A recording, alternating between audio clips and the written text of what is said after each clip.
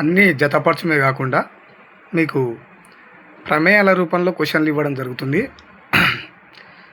దీన్ని కూడా ప్రణాళికల రూపంలో టాపిక్ నుంచి తీసుకోవడం జరిగింది. ఈ ప్రమేయాలను ఒకసారి గమనించి ఆన్సర్ మీరు కామెంట్ల రూపంలో ఇవ్వాలి. ఒకసారి మీరు ఎగ్జామ్కి చదువుతున్నప్పుడు మనం ఇచ్చే క్వశ్చన్లు మీకు చాలా ఉపయోగపడతాయి. ఎకనామిక్స్ సంబంధించి ఒకటోది అందులో కింద ప్రణాళికలకు సంబంధించి ప్రకటనలు ఇవ్వబడిన సరైన వాటిని ఎంచుకున్నాం. మొదటి ప్రణాళికలో హీరాకుడ్, బాక్రానంగల్, దామోదర్ వ్యాలీ, నాగార్జున సాగర్ బహుళార్థక ప్రాజెక్టులు ప్రారంభించారు.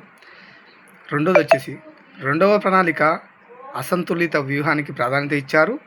దీని వృద్ధి రేటు 4.1%. మూడవది ఆరవ పంచవర్ష ప్రణాళికలో వృద్ధి రేట్లు 5.2 ఆశిస్తే 5.7 సాధించినది.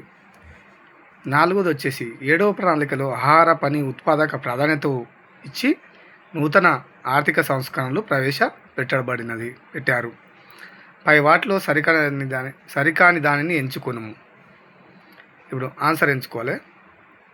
దానికి 1 మరియు 2 సరి అయినవి. రెండోది 1 సరి అయినది, 2, 3, 4 తప్పు. మూడోది 2 సరి అయినది, 1, 3, 4 తప్పు. నాలుగోది 1, 2, 3 సరైనది, 4 తప్పు. మీరు ఈ ఆన్సర్ని కామెంట్ల రూపంలో చేస్తే మీరు చూసుకున్నట్టుంటుంది. మరియు ఆన్సరు మీరు చదివిన దానికి ఎంత ఉందో అన్నది, డెప్త్ ఉందో అనేది తెలుస్తుంది. Thank you friends.